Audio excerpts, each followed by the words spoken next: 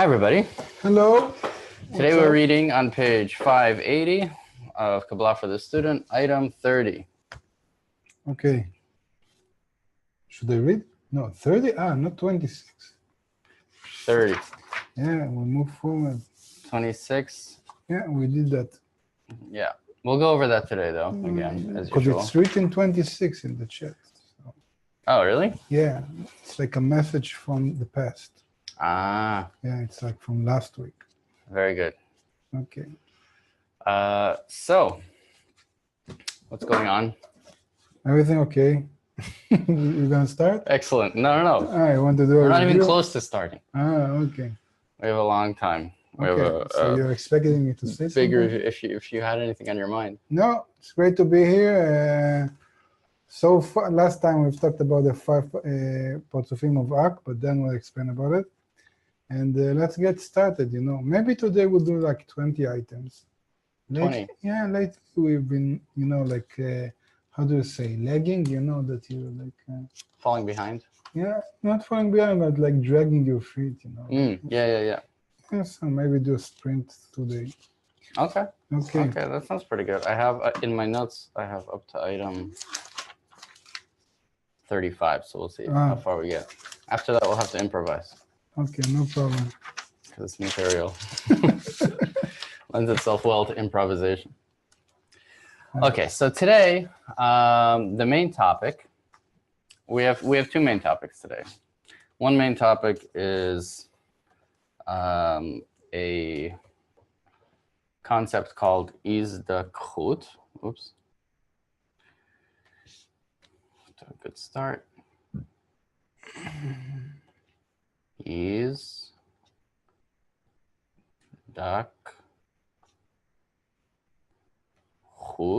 I'm sounding out all the syllables, and this translates roughly to purification. Purification.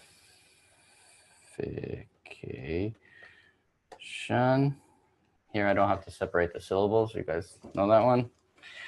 And the second topic is one called, it's called bitush. I'm going to write it down right now. Bitush. And we'll talk about it later. So that'll be the second half of the lesson. But let's get back for the moment to izdakhut. So izdakhut, to understand why we need to study this topic, we need to first study the 5 Parzufim of Adam Kadmon. Parzufim of Ak, Adam Kadmon. This pen is really testing my patience. And to understand the 5 Parzufim of Adam Kadmon, which we did last week, which we'll go over again this week, don't worry, we need a concept called zivug for short, but it's really in full zivug de or of haka'a. Haka'a. And to understand that, we need to understand the tzimtzum, or at least to study it, to have the context. Tzimtzum.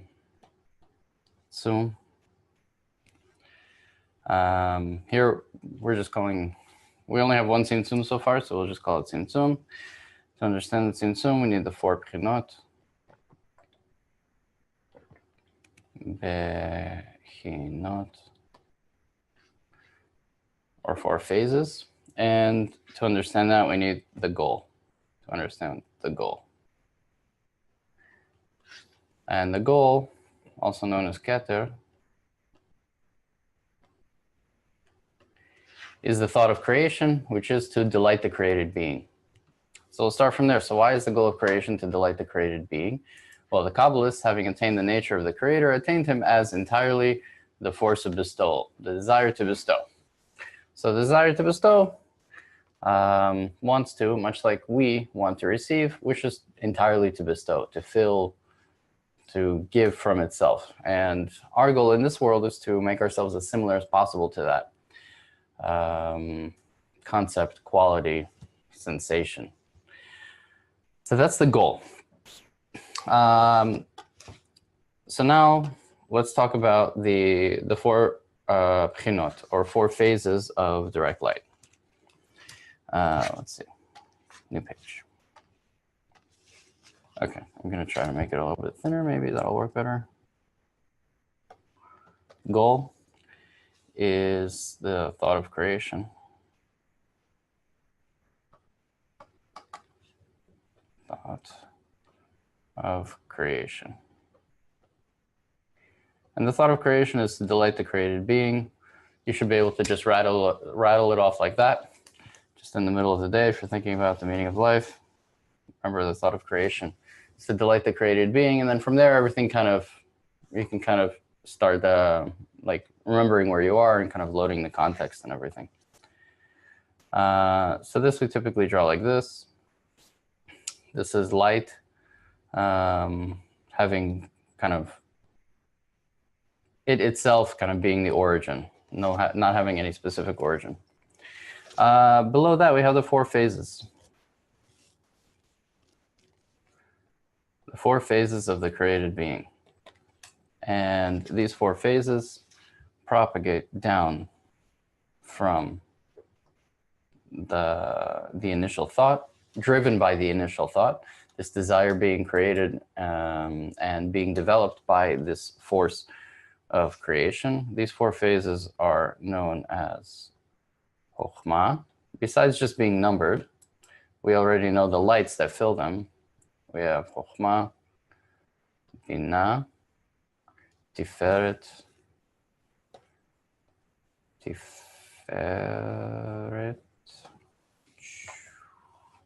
and the Kli, the final created desire, Malchut.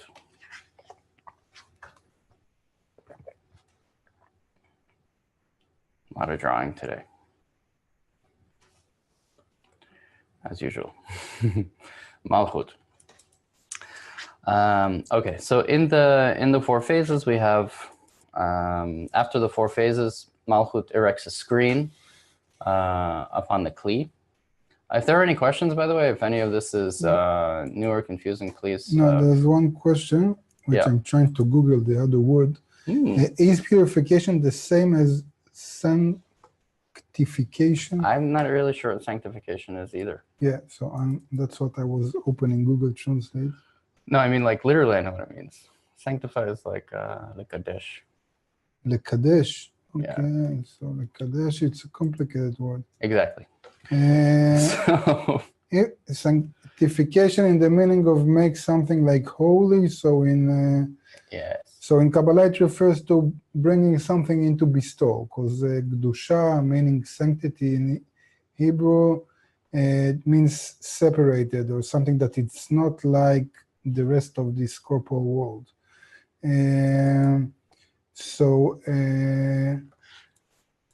So the question was about, is purification the same as sanctification? I wouldn't say that. Like all the actions that we're doing, basically like Tzimtzum is more closer to sanctification, because it's like passing the object, the will to receive, from corporality to spiritual, to bestow. So I would say that restriction is Tzimtzum is like closer to that, but all the action themselves are about it. But in your in your roadmap of today's topics, we still haven't got there about the purification yet, right? Oh yeah. Yeah. So maybe better wait until then gets to purification, and then it will be clear. Yes, we're still actually, if we go back to our roadmap, so here we are. So we talked about the goal. We're going over the four pchinot, the four phases. We just got to the tzimtzum, and we're going to start talking about zivug in a moment. Cool. All right. So we're back at the four phases. Can I ask a question? This is John up here. Yeah. I think I asked something similar before, but it still confuses me here. This whole process that you're talking about, this cause and effect that's happening, what does this actually pertain to? Is it something that's going on inside of us? Something in a different realm? I seem to be lost in that area. If you could clarify that, please.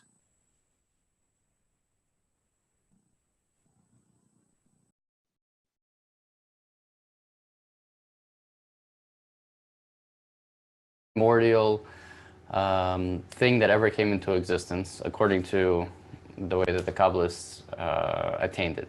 Much like physicists in our world or astronomers in our world predicted or theorized that the Big Bang happened by kind of looking outside and seeing that, wait a second, the universe is expanding now, so logically, maybe at some point it was doing the opposite. You know, if you move time backwards, then at some point then the universe is contracting, and if it's contracting, then it must have started at like some tiny little point, and then working their way backwards. They kind of theorize of this concept called the Big Bang, where everything was one point, and then the universe kind of exploded from that.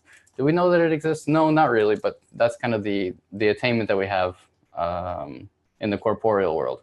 Kabbalists, in their attainment, get what you can think of as a much deeper or more true kind of attainment, because they attain everything from within, like as opposed to looking at the laws from the outside. They look at it from the inside because they experience it in themselves.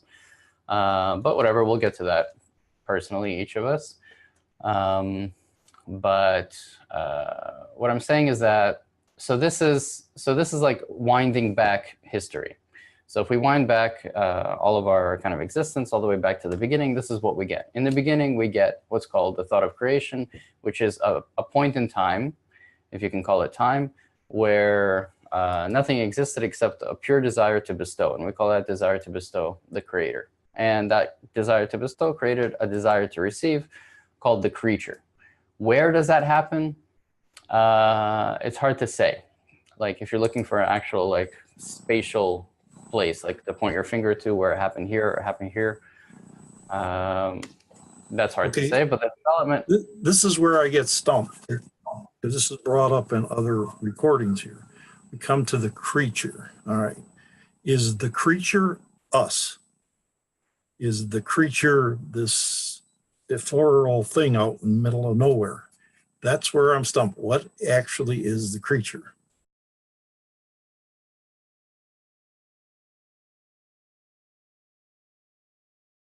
Of this thing.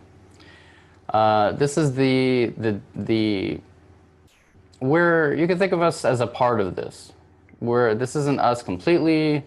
We are a part of the process of bringing this creature, whatever this is, this pure raw desire to receive, back into adhesion with the goal, adhesion with the creator, to build a perfect system between the creator and the creature. Where are we in this picture? So, okay, so we have Tzimtzum Aleph, right? The first restriction, and the first restriction kind of separates the creature from the creator. Even though, like Aaron said, it actually brings it closer because it's one step closer to adhesion. But for the moment, it's separated. And to start coming back to, and we're going to read about that today, actually, in a couple of items. To start coming back into adhesion with the creator needs to undergo certain corrections. It needs to take its desire, its egoistic desire, and turn it into an altruistic desire. And it goes through lots and lots and lots of corrections and lots of changes, and it builds this big infrastructure between itself and the creator in order to make it more similar to the creator. But at some point, the creature, this desire, Malchut Ein Sof, it gets to a point where it can no longer develop automatically. It can't develop like through the pure light of the creator. It develops all the way down, until it gets to our world. And then it defers the rest of correction to us. This is where we step in. So the human soul is broken up into several pieces, 600,000 we say, which isn't a specific number. And then those souls, those individual pieces, are responsible for correcting kind of the relationship between each other, the relationship between themselves. And that final kind of correction is what's on us. So we're like the last, it was deferred, like we're the last kind of realization or implementation of that correction. So we're the creature. We're the what? Creature. Creature. We're the creature. Because what I'm getting at here is you hear in these other lessons where they're explaining how this whole process sounds like it's us trying to work in the group, trying to debase ourselves. And so I gather that we're the creature and we have this echelon of Parsoufs and the, what is it, the IHOP and the Rosh. So that is us. That's what's going on inside of us, the creature.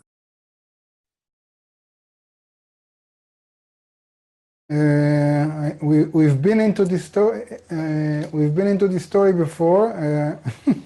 I understand why it's not simple, but it's not simple because when you're talking about the creature in Kabbalah, you're not talking about the protein body, and you're talking about something that is independent or something that has some kind of free choice, something that maybe in sociology.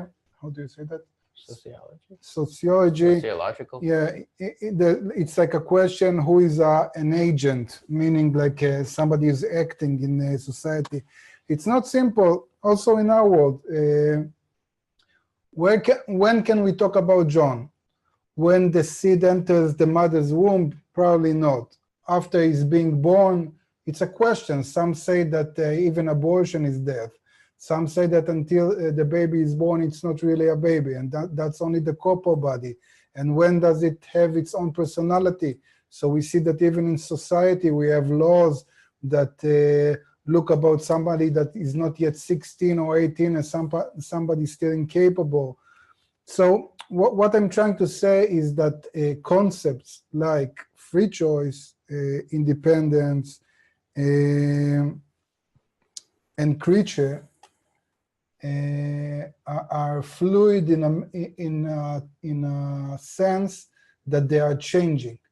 Okay, they are changing. So here we are referring to the creature or Bchinat Daled or Malchut as the matter. Okay, as the matter that was created. It's like a raw matter, like a force, like a natural force. It still doesn't have free choice or consciousness in the way that we imagine that. Afterwards, even after the breaking, when you have a soul, it's still a force that still didn't materialize in our world in the term that in the sense that it has a corporal body. It's only it's like only a drop of attainment of the creator, of the upper light. This is like the soul. And when you're talking about people in our world, so other creatures, if they still haven't started developing spiritually, they're like animals. They have like a corporal body, which is like the locus, like a platform that carries LOCUS. How would you pronounce that? It's a problem. Something that carries like a platform that carries the information but still didn't develop, just like the embryo. So are they creatures? This is a question. And even us, when we start to develop, before we start to attain the creator, can we be called creatures? Because a creature is something that is defined by the creator, because you need two. So if you don't attain the creator, can you say that you're the creature? These are all questions which are good. I'm telling you, like, exact answer you won't get. In this course, as Dan said, not like other courses that talk about our work from below upward, we try to talk about the origins of the system and how it was being created and how the laws have been created and how the system works. Sometimes we use examples that we talk like about us, like about people in our world that want to attain spirituality. That's only to give flavor and give some taste into what we study, so it won't be like pure mathematic, boring stuff of like formulas and that's it. Are we talking about us here? No, we're not. So will you Okay, be but what I'm trying to get at here is I listen to other lessons, and I hear which talking about in the group we are changing things, and they use this analogy or this process of the IHOP rising and lowering to the next degree, and so when I'm trying to put this all together, it sounds like what they're talking about is something that's going on within us when what we experience in the group. When we everything is inside of us. There is no reality outside of us. 1, 2. Don't try to clip it all together. That's what I'm trying to tell you. Don't try. It will just like throw you out. It will create unnecessary frustration. Don't try to clip it. Try to hang on to concepts, because I'm telling you that until you won't have the internal click, you won't have the intellectual click. It's not like studying any other material in our world. So I'm just trying to set frustration. What I get out of it, I get confused and draw a blank. And so anything that's taught, even in the other classes, are virtually meaningless to me. So I guess what I'm saying is until I understand what this structure is representing, I'm not sure what's going on. But I'll just let it go at that for now. Okay. When you refer to other classes, you mean to other classes in this course, or you mean other courses? Sorry, probably my English, but... No, what I'm referring to is I go on, well, there's the meeting on Sunday, and there's the young groups, and you hear Mike Kellogg talk and Zohar, and they are bringing up subjects on IHOP. So I suggest at this time, in your study, to look on Sundays like physics, Thursdays as chemistry, and Tuesday as geography. Okay. Further on, you'll see that it's all one, or maybe you come into this interdisciplinary kind of concepts. Okay, but that's on your MA or PhD. Okay. Now look on each one as a first year in BA or whatever in bachelor degree. Okay. So I'll try that, but to me they look like they're all related, and if I lack understanding in one area, I'm just confused in all the other areas. But I'm not very smart, and I don't learn that quick, so I'll give it a try. It's not about intellectual capabilities. It's about internal. I'm telling you again, it's about internal senses. So this frustration, you should kiss it, look at it as a motivational power to keep on and let things flow until it will settle down. That's it. Okay, so let's move on. The last thing John said is correct. Until we understand it, we don't really understand it. Until we attain it, we don't understand it. There's nothing.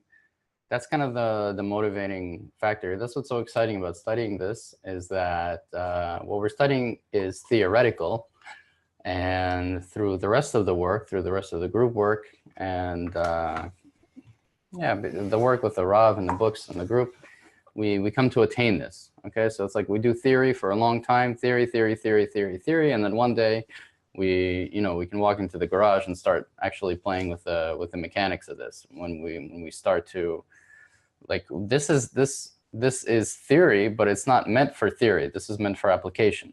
This is actually applied science, like zivugim, like performing a zivug, building a partzuf, attaining it. All of that stuff is things that we will eventually do ourselves, on ourselves, with ourselves, between each other. So that's what's kind of neat about studying this. Let me move on a little bit, and then we'll take some more questions a little bit later in a moment. So, okay, so getting back to where were we? So hold on. All right, so our topic today is the Chut. We're 25 minutes in.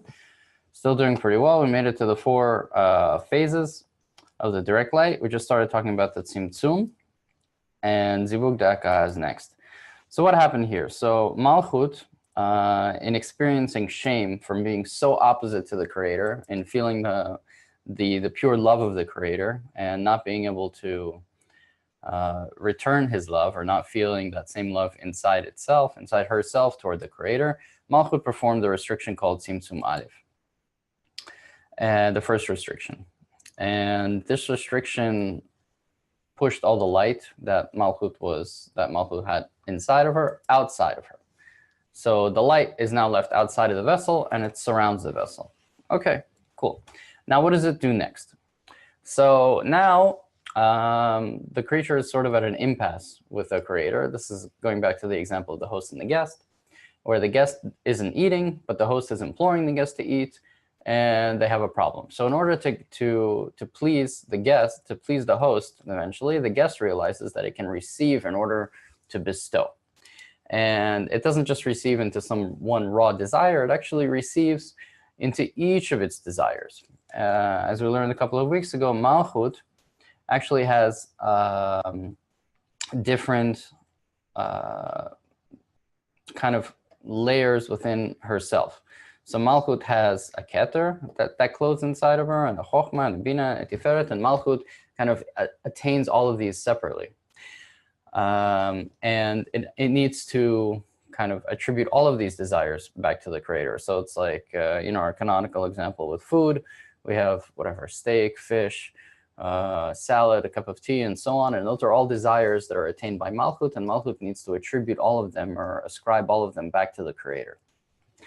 So what does she do next? Okay, so Malchut. So here I've taken Malchut from the previous, this same Malchut from under Tzimtzum Aleph, and we zoomed in a little bit, and we saw that Malchut herself is divided into Keter, Chokhmah, Bina, Tiferet, and Malchut of Malchut, subdivided.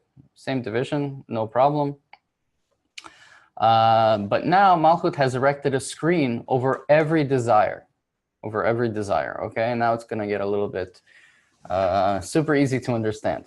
So Malchut, so she's covered in a screen, and the Creator continues to implore her to receive. That's called a direct light. The direct light, or surrounding light, I guess at this point, is pushing on Malchut to take in the light, and that we draw like this.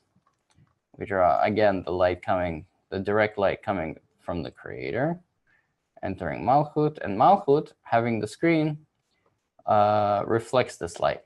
So now here it's important to note that Malchut actually has a screen over all of her desires inside, and there's 0, 1, 2, 3, 4 different desires. So we say that the returning light, the Or Choser, or the screen has an aviyut, or a thickness of 4. This has a thickness of 4. Just undo that.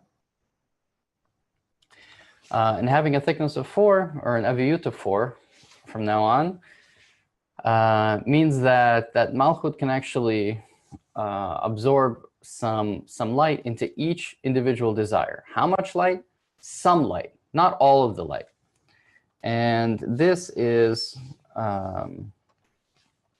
actually represented by so Malchut. Okay, so how does this process work? Malchut rejects the light initially, and then decides to take some.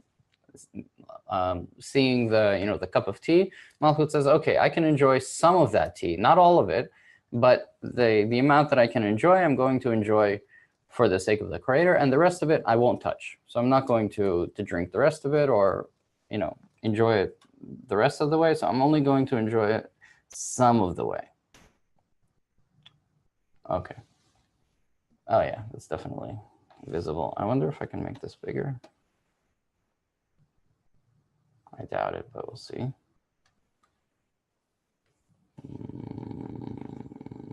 No. Whoa.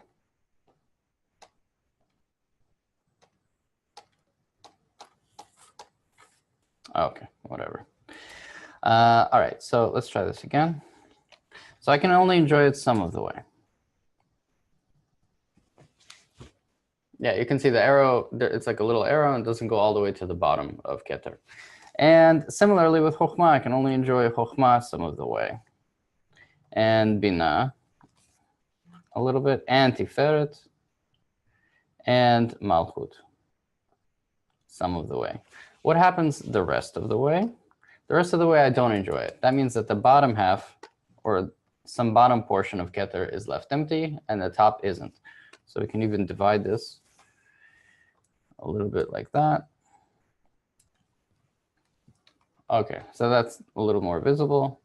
I can only enjoy into some portion of this desire. Cool. Okay.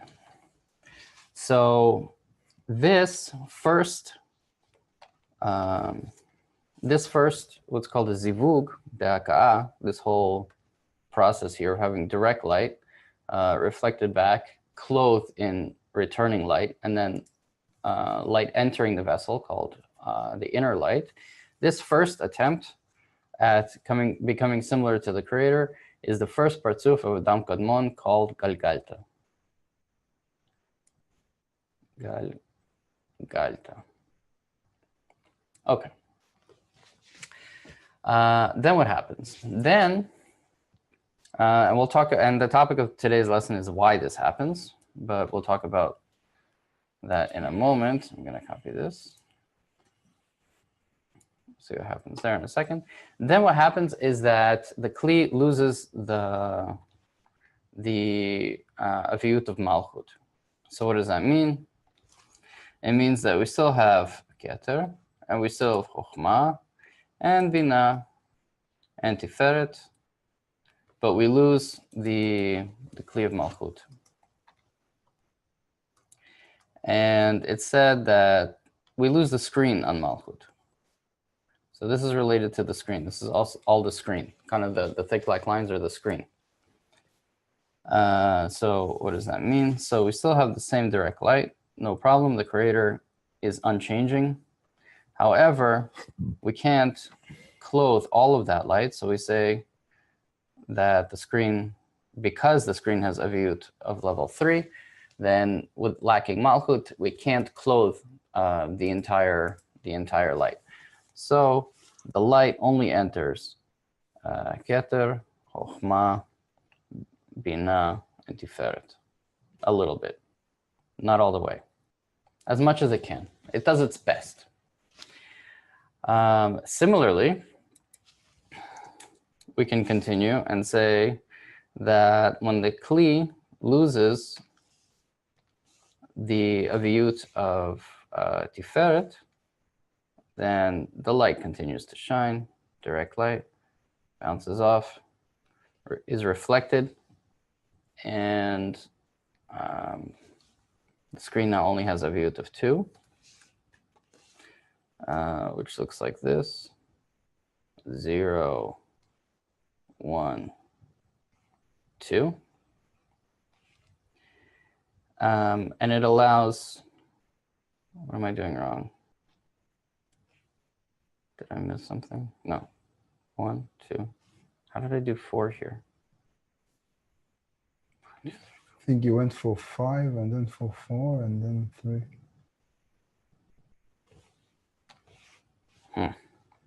All right. Let's see what happens. 1, 2, 3. No, you wrote 4 and you read it to 5. Maybe because of that. I don't know. What did I do? In Gagalta, you wrote 4 and you have 5 vessels, right? 4, yeah, starting with 0. Yeah. Okay, so you have 0. So this is 2, so you need to paint So I need 3. 3. 1, 2, 3. Okay, everything is right. Okay. Keter, Chokhmah, Bina. Okay. Phew. It works. Let's see. So, counting. Let's take a copy of this guy. Move it over here. This becomes 1. Oh, jeez. Oh, boy. 1. And we lose this part of the screen.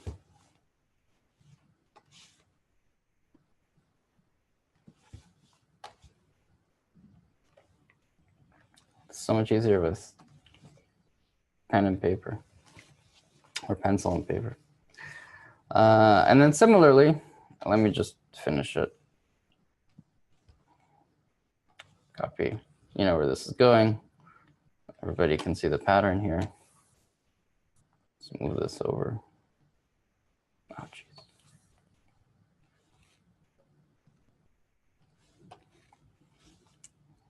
Okay. So now this final Kli has an aviut of 0, lacking the screen on Chokhmah.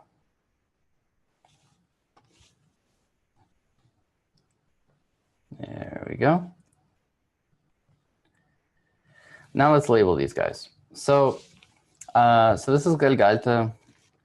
This is a partzuf called Ab, the second partzuf of the world of Adam Kadmon. This is partzuf Sag. This is Ma. And this is Bon. And we're going to draw them a little bit differently in a second, but this gives a good overview of what's actually happening. So as we can see, the vessel remains, but the screen, for some reason, loses its aviut. Like when we lose the aviut of Tiferet, we can no longer even cover or clothe the direct light. The lack of a screen here is what causes the lack of clothing up here of the Or Choser, the returning light. Let's see. So while we're here on this diagram, I wanted to mention that this division in the Kli that we're looking at, this kind of division that splits 1 degree into 2. The top part, this is already the inner light. The top part here, for reference, and we're going to draw this in a different way in a second. This is the toch of the partzuf. And below it, where it's empty, is the sof of the vessel. Okay. So this explains Zivug Daka. Okay, we have one more diagram in the review. And then we can move on to reading item 30, because now we have enough context to actually try to begin to understand what's happening here. So let's draw this a little bit differently. This is kind of like the standard way that we draw these partzufim. So you'll be used to this already. This is the first partzuf of Adam Kadmon, Galgalta. So Galgalta has a zivug daka in the Rosh. This is the Rosh of Galgalta.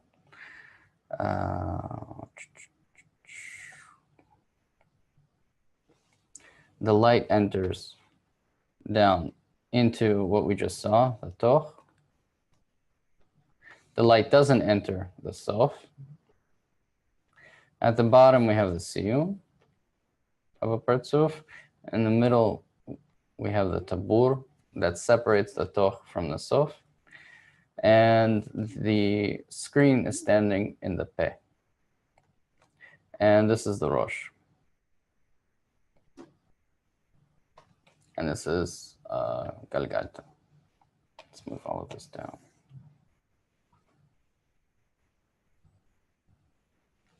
Okay.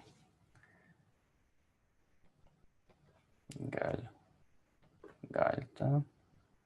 Then what happens? Then similarly, we lose a level of aviut, and we draw that as the next parts of being lower. This next partzuf is called Ab. Ab also has a zivug daka. Subsequent partzuf is Sag, zivug daka, and then we have Ma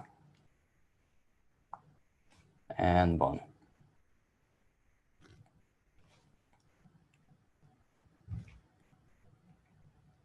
So this is the way that you're going to see it most of the time, like 100% of the time. Let's label this Ab, Sag, Ma, and Bon.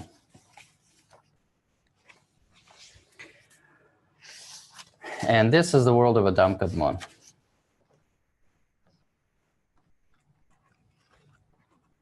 Adam Kadmon, or Ak for short.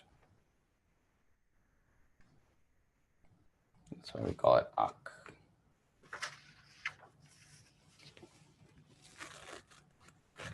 All right, very exciting.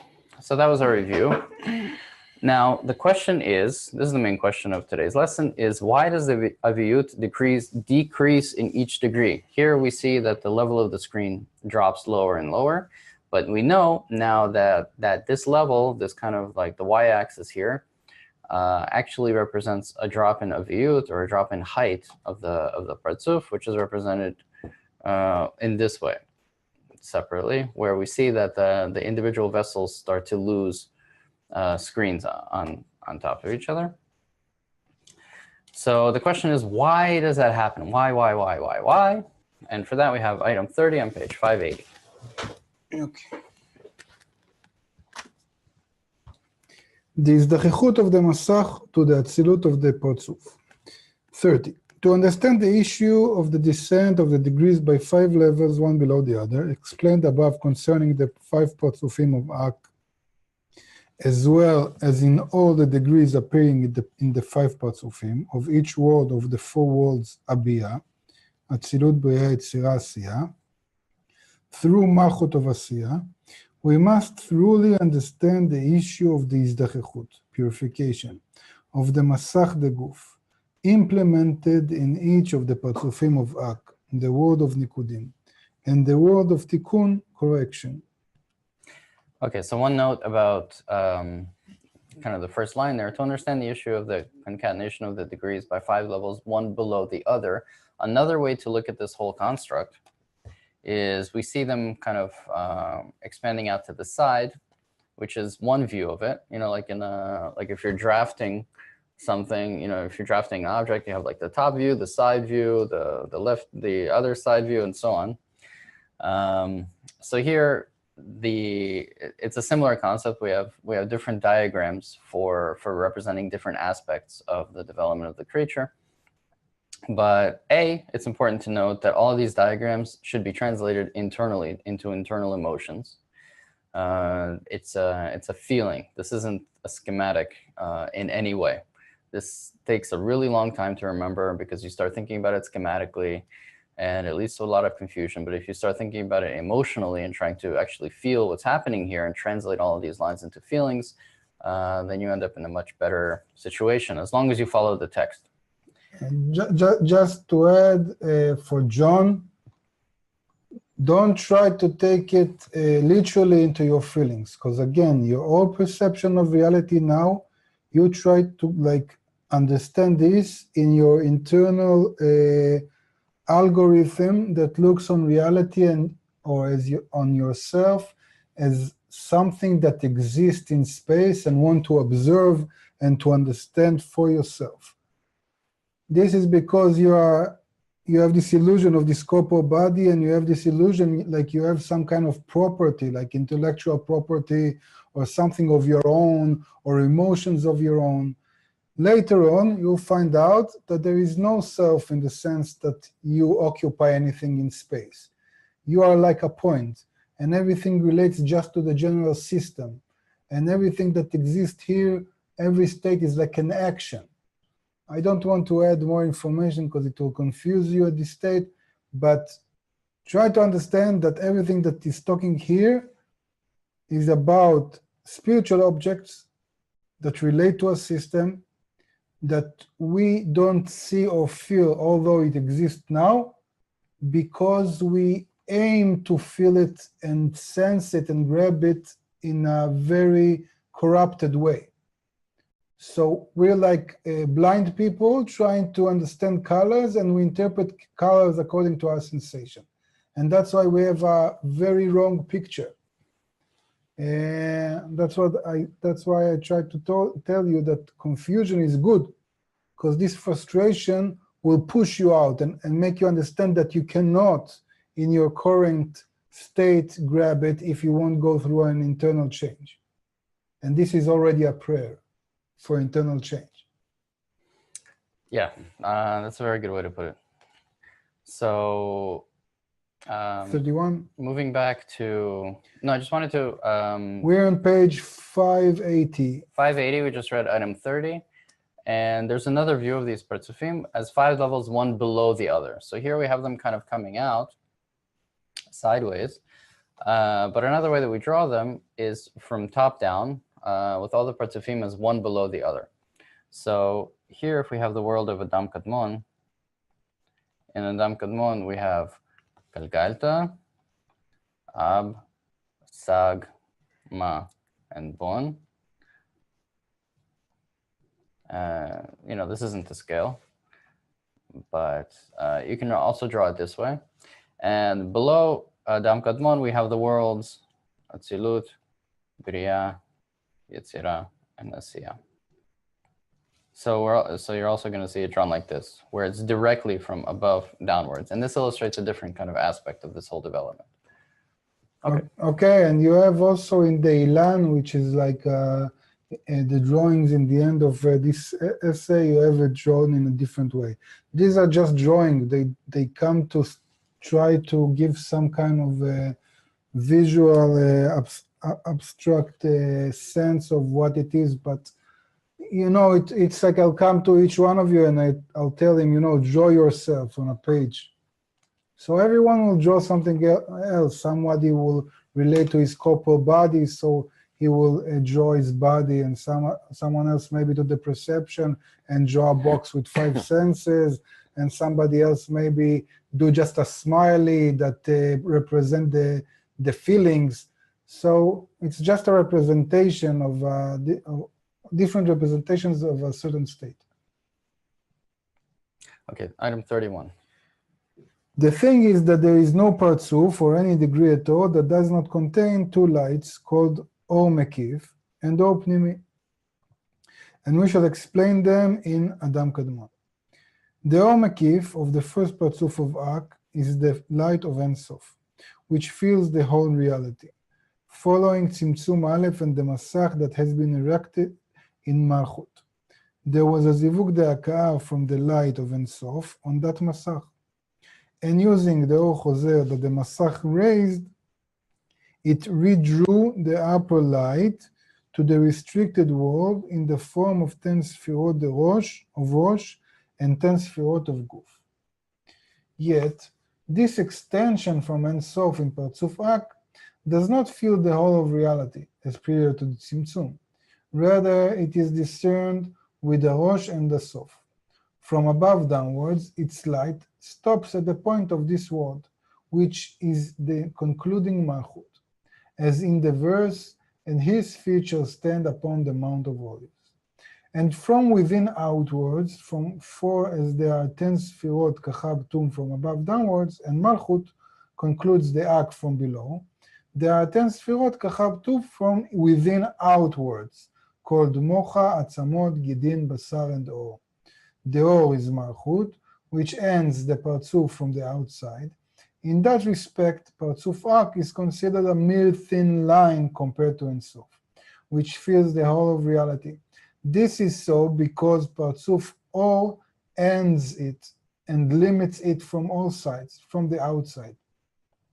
And it cannot expand and fill the entire restricted space. Thus, only a thin line remains standing in the middle of the space. And the measure of the light received in Ak, the thin line, is called Or Pnimi. The difference between the Or Pnimi in Ak and the light of Ein Sof from before the Tzimtzum is called Or Mekif, since it remains as Or Mekif around Partsuf of Ak, as it could not close within the Partsuf. Okay, so 2 concepts here, Or Pnimi and Or Mekif, and Mocha, Tzamot, Gidin, Basar, and Or. So we're going to look at them individually. Or Pnimi is the light that enters the vessel and into the toch, the light that enters the kli, as a result of being clothed in the rosh. אנחנו צריכים שרטוט. So we have the direct light. Anna? We have there we go. So we have the direct light. We have the direct light, the Or Yashar, shining through the Rosh. And the Rosh makes a decision and decides to only let in the Or Pnimi. We're going to call this Or Pnimi. Okay, this is just a way of abbreviating the things. And additionally, all the light that kind of remains outside the vessel, the light that would have entered, had it entered entirely here, which it didn't, that light remains outside of the vessel, and we draw it like this. That light remains outside of the vessel as Or Makif, and it's felt here in this screen. Or Makif. Makif is surrounding. Makif. So that that continues to surround. Oh, it's like half a heart. That's nice. It continues to surround the vessel. So that's Or Pnimi and Or Makif. We're going to get a lot more into that coming up. In fact, all of our development, everything that we feel right now, all of our point in the heart, our desire to attain what we're talking about, our frustrations, our triumphs, all of that is the Or Makif, pushing us forward, developing us, attracting us back toward the goal. Yeah, and this is a big thing, okay? This is a big thing because it's a reality of limitation. Meaning, in the world of Ein Sof, the light filled everything. No limits. Now that Tzimtzum is making a restriction, suddenly you have a limitation on the Creator. You have a force that goes against the Creator, that wants to fill all of reality, and it stands against it. And this force limits the perception of the creature, or whatever you want to call it, and it limits it in two ways, as you said here. It limits it in a way from above downwards, that you have a limitation of the spreading of the light from above downwards. And this is like the taboo. And also it has a limitation from within outwards, okay? So you have a limit vessel from the side and from the bottom. This is a huge thing because, as Dan said, it allows the division of the light to two, internal light and external light. The light doesn't change. The only change is in the perception of the creature, because now it has a force of limitation. And this force of limitation is what will push the creature to adhesion with the Creator. Because until the creature won't attain a complete adhesion with the Creator, like in the world of Ein Sof, it will always be lacking something. And this is an interesting point. It's a very important concept. It means that the essence of the creature is the limitation. There is no creature without a limitation, only the Creator, on one hand. On the other hand, all of the yearning, all of the, I would say, a deeper essence of the creature is to come to adhesion with the upper light, to a complete balance, to a state where the Creator feels all of reality, none else beside him. But in this reality, there is no creature. So all of the system that we're talking about is how to make this simple trick. Yeah, trick, you can say trick in English, like trick. Yeah. So how to make this simple trick that on one hand, you'll attain the world of infinity, of Ein Sof, like before the limitation. On the other hand, there will be someone or something that exists beside the Creator to attain it. This is a paradox. These are contradiction things, but understand that just understand that this is a huge thing, okay? This change in reality, the masach, the restriction. Okay, so we're gonna talk about that. So this is the other thing.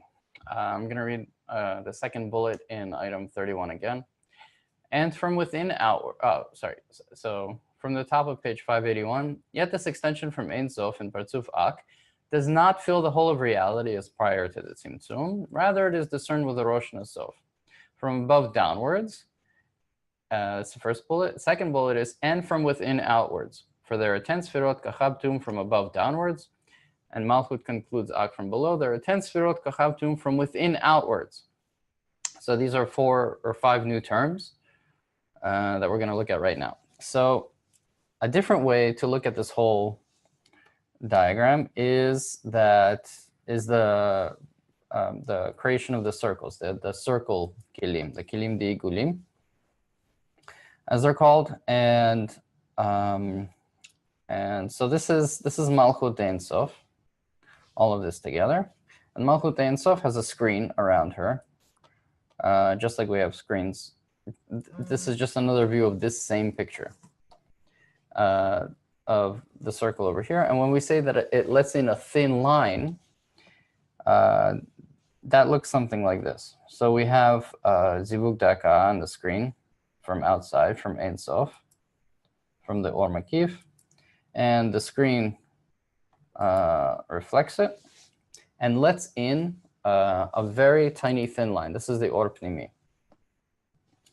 This Or Pnimi comes down into Malchut like this, and it stops here, what the book calls the Mount of Olives. It's Pticha Sen on the Mount of Olives that we can go into later, and this is from above downwards. However, this amount of light that's let in also has a particular width. Okay, so we say that it's kind of, you can think of it like a cylinder a little bit. And zooming in on that cylinder, we have here, let's zoom in over here. We have from within outwards, we have Mocha.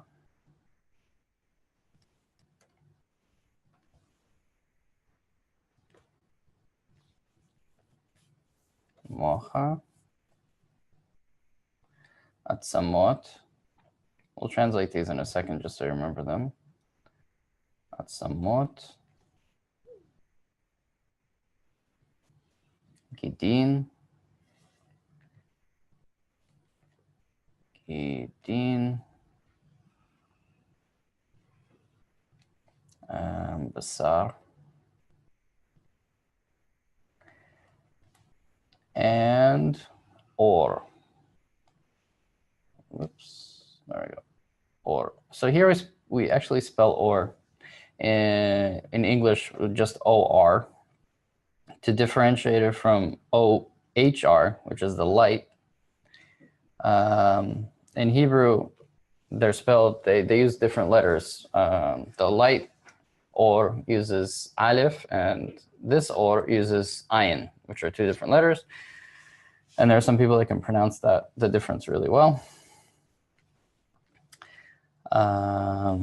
Okay, so this is a zoomed in view, and this, it's important to note, so this is like the bottom of the cylinder, okay? Okay. Let's see, so it looks like this. So this is like the cylinder actually goes up kind of the rest of the way here. So we're talking about this area right here. Oops. Like a bone, maybe. Makes me think of a bone you're drawing. A bone? Yeah, you know, not like like the cross section of a bone. Yeah, like the internal part that some people break and eat, you know. Yeah, bone marrow. Yeah. Bone what? Marrow, like marrow. Marrow. Whatever you say. Yes. All right, so that is this whole thing over here. Okay, so I hope that's clear. So now this is coming from the inside out. So we have 4 kilim, and they're also, this is, as he said, Keter, Chochma, Bina, Tiferet, and Malchut. Okay, so now what does this translate to? We'll tell you that once, just so, because it's pretty neat. So mocha is like bone marrow, right? Or mind. Or You can think of it brain, like yeah. mind or brain. In Hebrew, brain, the brain of the bones is the term for marrow, bone marrow. Atzamot are bones, gidin are tendons, basar is flesh, and or is skin. Tendons. So you can see that it kind of comes out like the human body kind of follows this, or vice versa, this construct from inside out. Yeah, also in our world, there's a very interesting phenomena with our skin, because, for example, we know from neuroscience that we have neurons in our brain that are called mirror neurons, and they allow us to empathize with other people outside of ourselves, like when we watch movies or we read books or I don't know what.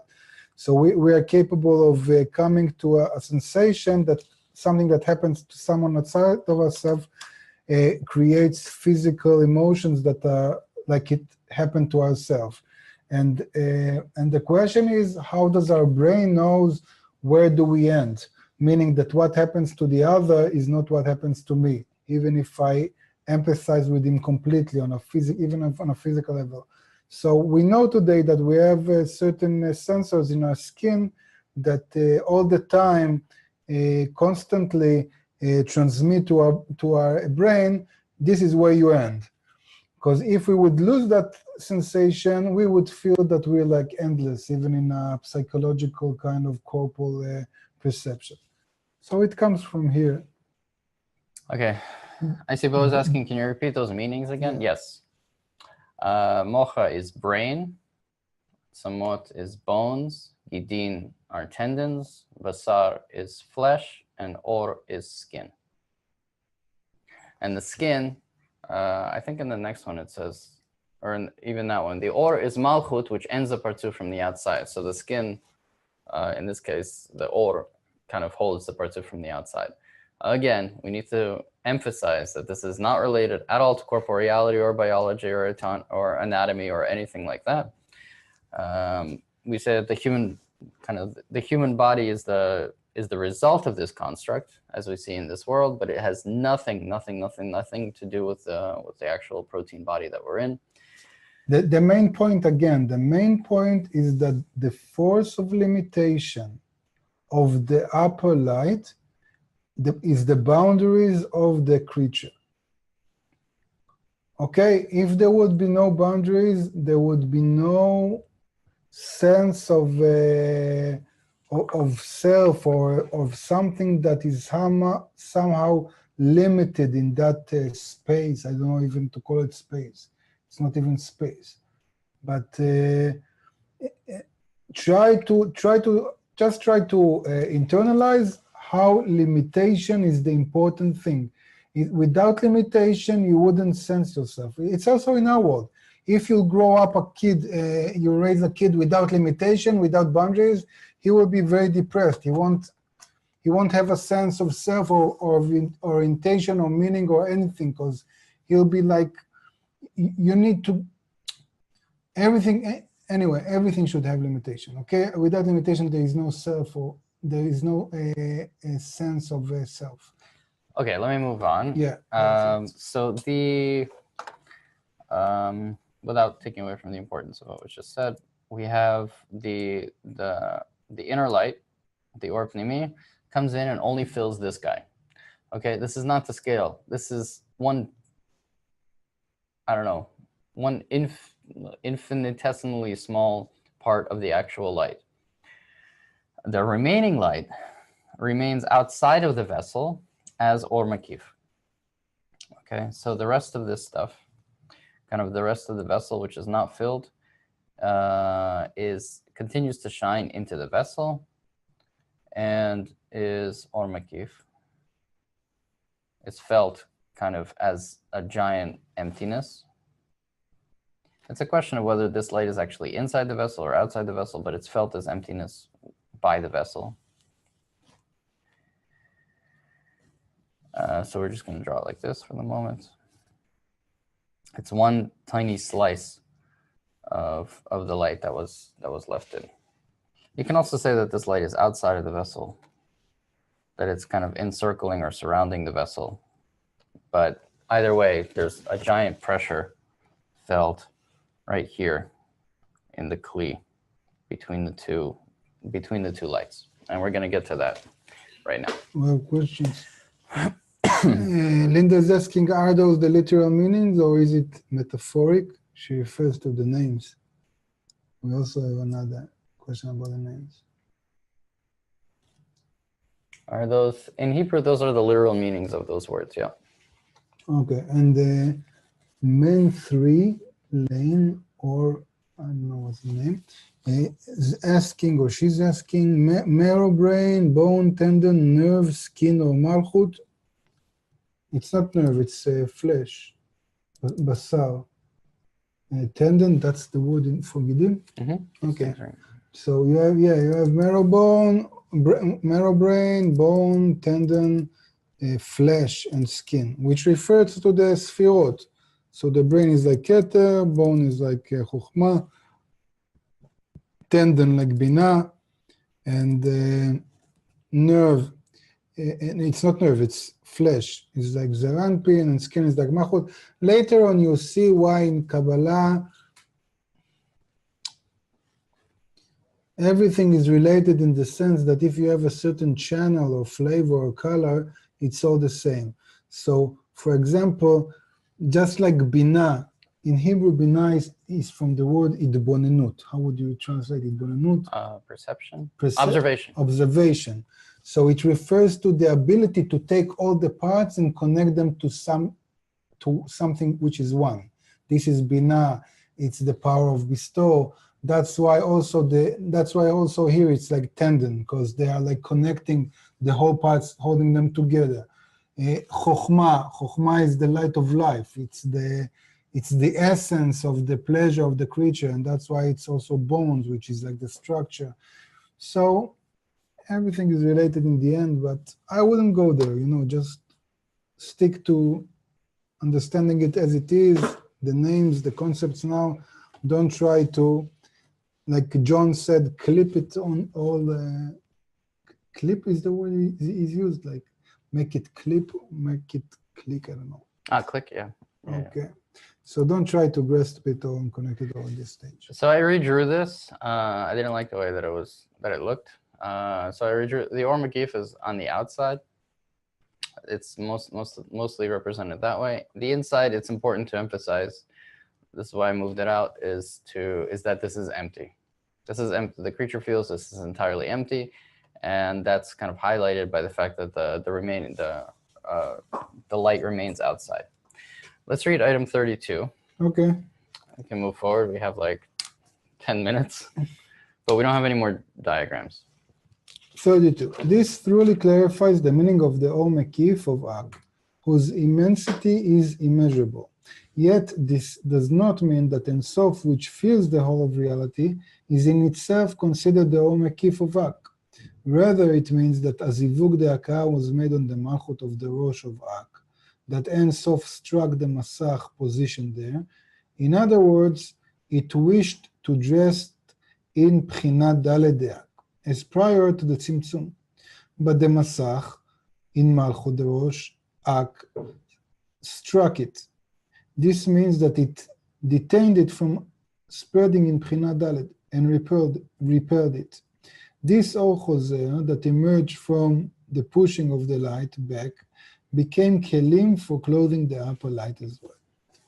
However, there is a big difference between the reception in Pchinat Daled prior to the Tzimtzum and the reception of the Or Choser after the Tzimtzum, as now it clothed only a thin line in Rosh and Sof. This is what the Masach did through its striking on the upper light, and the measure that was rejected from Ak by the Masach, the full measure of the upper light from Ein Sof, that wanted to clothe in Pchinat Daled, had it not been for the Masach that halted it, became the Or Makif surrounding Ak. The reason is that there is no change or absence in the spiritual. And since the light of Ein Sof is drawn to Ak, to close in Bchina Daled, it must therefore be so. Hence, even though the Masach has now detained it and repelled it, it does not negate the extension of Ein Sof. On the contrary, it sustained it, but in a different manner, through multiplication of zivugim in the 5 worlds, Ak and Abiyah, until the end of correction, when Bchina Daled is completely corrected through them. At that time, Ein Sof will close on her as in the beginning. Thus, no change or absence has been affected there by the striking of the Masach in the upper light. This is the meaning of what is written in the Zohar. The Zivug of Ein Sof does not descend until it is given its pair. Meanwhile, that is, until that time, it is considered that this light of Ein Sof has become Or Makif, meaning it will clothe in it in the future. For now, it circles it and shines upon it from the outside with a certain illumination. This illumination accustoms it to expand by the light, by the right laws that will bring it to receive this Or Makif, in the measure that Ein Sof was initially drawn to it. Okay, so one takeaway from this point is that there's no change in spirituality, that all of these changes that Malchut seemingly undergoes are just in her perception. The light of Ein Sof fills the vessel and it remains full. However, as the vessel undergoes kind of these personal changes, it starts feeling the same light that fills it in different ways until it gets back to the state in which it's entirely filled by the light that was destined for it to begin with. So the Or Makif is that same light remaining in the vessel, but being felt by the creature, perceived by it as something that it can't fully enjoy, I guess. It can't ascribe to the creator. Tzimtzum Aleph almost like separates the creature from the creator in the sense that the creature ascribes all the light that's inside of it almost to itself. And then by going through the process of these zivugim, it ascribes more and more of the light in itself and the purpose of the light and the purpose of itself back to the creator until the creature isn't left at all. It's like it makes itself entirely transparent and returns back to being just a tool or a vessel of the creator for the goal of creation. This is like pure genius. It's like, how do you say Geonut Torah? I don't know. Like, yeah. When you understand how Baal Sulam succeeded in describing this in like such a sharp way, it's amazing. But what Danny said is this is exactly the point. How can something that is limited can come back again to be whole, to feel the light of Ein Sof?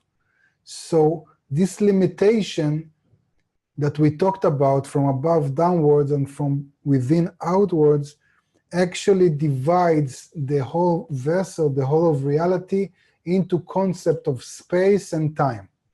So if you think of space and time as limitation, like pixels that are limited part of a whole picture. So these are illusions. Time is like a certain action that starts and ends, and space is like a limitation that comes from this force of limitation. And all of the process of creation, from the beginning till the end of correction, is try to attain this whole, this light of Ein Sof, through every time fixing or attaining a certain pixel. So you have like a diagram of 3 dimensions, which is like, one of them is time. So it's divided like, let's say from above downwards. So it's like sequence of actions. And you have a division from within outwards. So you have like you and what is outside of you. like you and the world. So you have three dimensions. The one that senses what is outside of himself or herself, and the dimension of time. They are all illusions. But through these three dimensions, if you are capable of attaining balance and adhesion in the connection between you, what is outside of you in that point of time, you've corrected that pixel.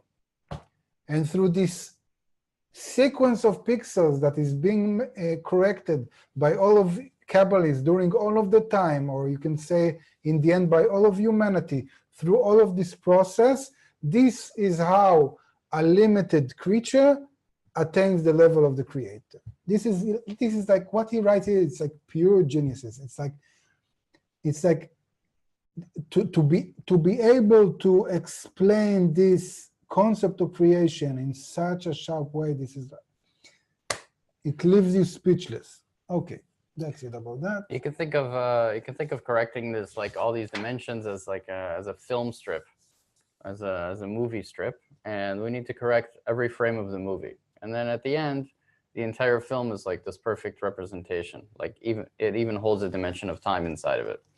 And we know that actually, and all of those frames are called rishimot, that we'll learn about later. And correcting the rishimot is like bringing the creature closer to correction. And unfortunately, we're stuck on every frame until we correct it. So even though in this world time passes corporeally, in our spiritual development, time doesn't pass until we make that particular correction.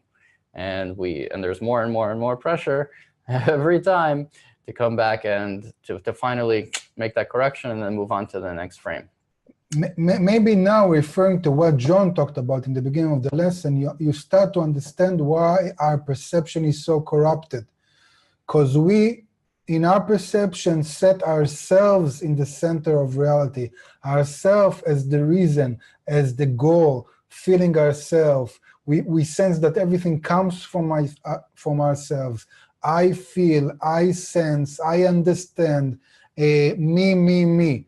And all of this perception and how the creator relates to creation is not at all about the self. There is no self. It's on the whole vessel. All the creation as one. That's how the creator relates. And who is the self in spirituality? The self is the spirituality is only this moment in time, you can say. Again, it's an illusion, but no other words. But the self is like the only moment in time of the right realization of, you can say Rishimo, what Dan said doesn't matter. When everything connects, the internality, the externality, and what is needed to correct, and there is attainment of the creator. This is the self. So meaning there is no like, I don't know, like, it's like it's very American to think of it like, you know, like a kinyan atzmi, how do you say? Like self-property? How would you say that? Self-property? That if somebody wants, all of these laws, that if somebody goes into your farm, you can shoot him. How do you call it? Self-property? Personal property. Personal property, that's the meaning? Private. That you have like property. Private property. Okay, so it's so egoistically to think of reality as a private property, but actually there is no self. There is no such thing, because you don't exist. Your past and your future are illusion. There is only this moment, and in this moment you need to realize yourself in this general system, attaining adhesion, correcting the system. To that extent, you sense the creator is feeling it all, and in the next moment, you start all over again, and you need to bring the puzzle back again, and there is no connection between what was to what is, or to what will be. The sensation that our life is a sequence of moments of a certain self is part of this corrupted perception. Because there is no connection between me a second ago and me in a second from now. It always towards the infinity. But doesn't matter. This is not for this lesson. This is just like, if it confuses you, throw away, cut everything we talked about, throw it, delete it, and just try to understand the basic concept. It's a language. It will help you later on, okay? Sorry, it's like I'm getting excited every time towards the end of the lesson. Yeah, and no, then it's really good. Like, I want to So hear there's no private more. property, no, spirituality. it's because I need to calm down more. Okay, let me just do, before questions, we'll take 8 minutes of questions. Just before that, I'll introduce the topic for next week. I guess that topic is bitush of or pnimi and or makif. That bitush takes place at the point in the goof here. And Eran will discuss it in length next week. Bitush. And this is like an impact between the or pnimi and the or makif. And we'll continue with item 33 next week. Hopefully we'll maybe you'll choose to do less of a review. Yeah. So we'll have a little bit more next time. time we'll just forward. we'll start from Mark and we'll do just a review of what, like we need to, we'll go a bit higher in the resolution, so less details. Okay. So okay, great. So it will easily. So we'll point you back to this lesson for review stuff. If you want to actually review or watch this lesson, maybe next Tuesday, like before the subsequent lesson, or listen to it again during the week. I watched last week's lesson yesterday. It was a good setup for this week's lesson. So that works pretty well. Okay, so next week we'll have item 33 on page 582 with the topic of bitush, of or pnimi and or makif. All right, questions? We have only text questions from. I think somebody wanted to ask a question. Yeah, okay. So please ask if you have, because the text questions are from 1 hour ago.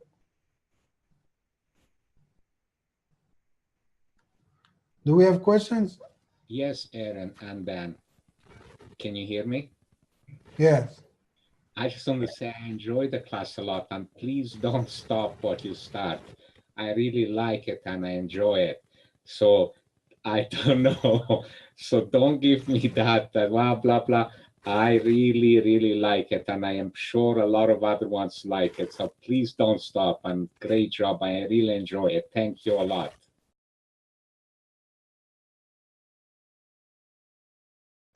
We go on. 5 students, 500. It doesn't really matter. Okay. More questions?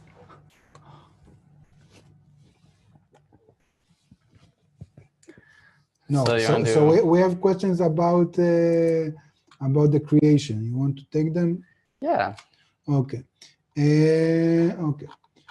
Questions. Can we look at what we study now? It refers to what we study about the worlds now as a creation story. Yeah, I think so. In fact, so this is one of the cool things about Pticha and studying Kabbalah in general, is that all of this stuff actually leads up to Genesis in the Bible or in the Torah. So this happens before Genesis. So Genesis, in the beginning, God created the light in the beginning. Created the light. Yeah, you're okay. Go on. Something, the light and the earth. It's the heaven and the earth, right? So that happens after all of this. That actually happens in the world of Atzilut here. So all of this happens before Genesis, before the letters, before Kilim. And also, of course, Genesis does not refer to corporal story as people translate it, but we're talking about forces. Right. So that's that. So this is like, so this goes all the way to the beginning, as far as we know. Okay, Mary's asking, is the creature any created entity, whereas the creator is the, creator? So, start over, what? Is the creature any created entity, whereas the creator is the creator?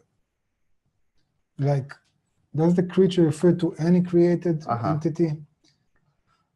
In this case, we call the creature. So in Hebrew, the word is nivra, which is like there's bore, the creator, and nivra, the created being. We call it creature for short because saying the created being all the time is just very tedious. So at some point, one of the English translators decided to call it creature, and it kind of stuck. But really, it's the created being. It's the other side of the creator. It's everything but the creator, is what it is. Yeah, and also in Hebrew it means outside of the creator. So and there are no created entities. Okay, again, this question, Mary. There are no created entities. The creature is the matter, the will to receive. It's a force. Everything that we imagine as entities beside the creator are like phenomena, are like drawings we see on a plasma screen. But the plasma screen itself is the creature, okay? And the electricity is the creator. And because the electricity, when it comes to the plasma screen, it creates all kinds of images and pictures that we see according to our level of perception as animals, trees, people, spiritual world, spiritual parzufim, depends on your level, okay? So in Hebrew, creator is bore. Bore. And creature is nivra. Nivra. So the B and the V, B turns into V. Like bet and vet are they're the same letter. And this comes out of here. All right. Okay, last question. James is asking, do you mean what we are talking about now is before we became human beings?